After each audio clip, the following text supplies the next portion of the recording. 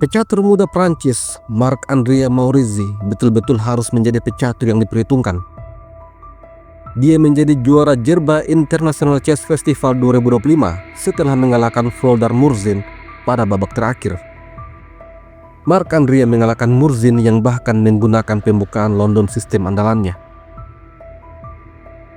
Permainan dimulai Murzin dengan D4, lalu D5, kuda F3, kuda F6, gajah F4.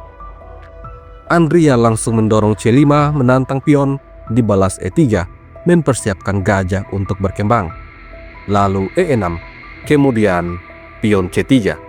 Setelah gajah diadu, gajah mundur, dan hitam rokade mengamankan raja. Murzin kemudian mengembangkan kuda B ke petak D2, lalu menteri C7. Dan di posisi ini, Murzin menghabiskan 7 menit untuk menempatkan benteng di petak C1, memberikan shadowing pada menteri. Marc-André Maurizi mengembangkan kuda B ke petak D7, lalu Murzin mendorong C4. Lagi-lagi, langkah ini menghabiskan banyak waktu. Pertukaran gajah terjadi. Pion H makan gajah, kemudian menteri A5. Menyerang pion, memberikan pining pada Raja Putih.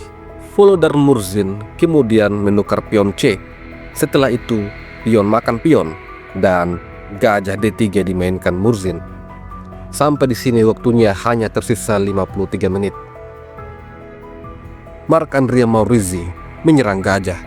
Gajah mundur B1, lalu benteng E8. Raja terkena shadowing. Oleh karena itu, Murzin langsung rokade. Setelah itu, Marc-André Maurizi agresif mendorong B5. Murzin kemudian menempatkan menteri di petak C2, berharap kuda lari dan mendapatkan skakmat. Tentu saja, Marc-André Maurizi tidak sekonyol itu.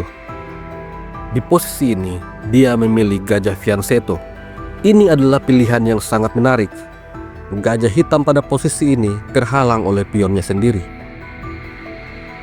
Permainan kemudian berlanjut.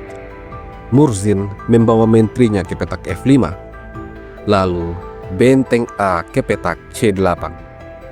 Setelah itu, Murzin membuat kesalahan karena menempatkan benteng di petak C2, bersiap untuk menyusun benteng. Marc-André Maurizi kemudian menarik mundur menteri ke petak D8, lalu benteng disusun. Setelah itu, Marc-André Maurizi mendorong B4. Murzin mendorong G4, lalu pion mengusir menteri. Setelah menteri F4, A5. Sampai di posisi ini, tidak terasa waktu Murzin hanya tersisa 12 menit dan Marc-André Maurizi punya 1 jam. Murzin kemudian menyerang kuda.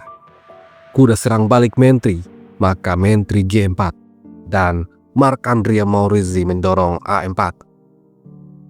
Selanjutnya benteng E1, lalu benteng C6.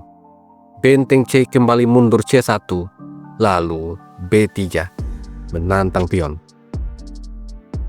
Posisi ini sesungguhnya seimbang. Pion makan pion adalah langkah terbaik untuk putih. Akan tetapi, Murzin kembali membuat kesalahan. Dia menempatkan bentengnya di petak C3. Langkah terbaik untuk hitam menurut engine pada posisi ini adalah pion B makan pion A, sehingga lajur B menjadi terbuka. Akan tetapi Marc-André Maurizi memilih langkah yang tidak tepat. Gajah mundur C8, memberikan shadowing pada menteri. Di posisi ini, langkah menurut engine adalah pion makan pion.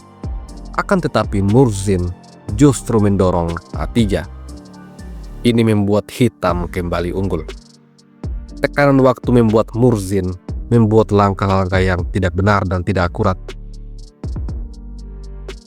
Kemudian benteng C ke petak E6 dan gajah menyerang benteng. Apabila pion makan gajah, maka kuda akan jatuh. Marc-André Maurizi tidak berani makan gajah. benteng kemudian mundur ke petak E7. Gajah makan kuda, gajah makan gajah, menteri terancam dan menyingkir ke petak H4. Selanjutnya, benteng E6, persiapan untuk mendorong pion. Di posisi ini, putih justru lebih unggul. Akan tetapi, tekanan waktu membuat Murzin lagi-lagi gagal menemukan langkah terbaik. Dia menggeser raja ke petak F1. Setelah itu, F6, pion makan pion, benteng makan pion. Lalu kuda serang gajah, setelah itu benteng disusun. Oleh karena itu, raja kembali ke petak G1 dan gajah ke petak E6. Selanjutnya, Murzin mendorong F3. Dari posisi ini, Marc-Andrea Maurizi memainkan langkah manuver kuda mundur ke petak G7. Kelihatannya kuda akan menyerang menteri. Posisi ini adalah keunggulan yang sangat besar untuk putih, dan langkah terbaik bagi putih adalah mendorong pion ke petak E4. Akan tetapi, tekanan waktu lagi-lagi memberikan pengaruh yang sangat besar. Volodar Murzin gagal menemukan langkah terbaik. Dia menempatkan menteri di petak G5. Marc-Andrea Maurizi kemudian memainkan kuda mundur E8, lalu benteng C ke petak C1. Setelah itu, gajah F5, kuda mundur F1, dan kuda C7. Marc-Andrea Maurizi kembali unggul. Murzin melanjutkan permainan dengan kuda G3, tetapi gajah lari dan kuda mundur E2. Setelah itu, kuda B5, menteri G3, dan benteng B6. Marc-Andrea Maurizi mengalihkan serangan pada sayap menteri. Pada posisi ini, hanya dengan tersisa 30 detik, Murzin kembali membuat kesalahan karena raja naik ke petak F2. Rencananya adalah mengaktifkan kedua bentengnya menyerang melalui lajur H. Akan tetapi, hal ini justru membuat raja terkena shadowing benteng. Marc-Andrea Maurizi langsung menyerang dengan C3.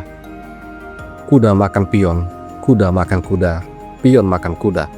Kemudian, gajah mundur F5. Persiapan mendorong pion ke petak B2. Volodar Murzin kemudian mendorong E4 menyerang gajah. Akan tetapi, gajah makan pion. Pion tidak bisa makan gajah karena benteng memberikan shadowing. Jika benteng makan gajah, maka hitam akan menang kualitas. Volodar Murzin belum menyerah. Dia mencoba dengan kuda G4, tetapi Marc-Andrea Maurizi menyerang benteng dengan pion. Setelah benteng bergeser menghalangi promosi, maka gajah makan benteng. Benteng makan gajah, lalu menteri E7. Ancaman selanjutnya pada pion A. Sampai di posisi ini, Murzin memutuskan untuk menyerah. Bagaimanapun juga, dia kalah kualitas dan kalah waktu. Hasil ini membuat kita harus memperhatikan Marc-Andrea Maurizi lebih lanjut. Sepertinya dia sangat potensial di masa depan.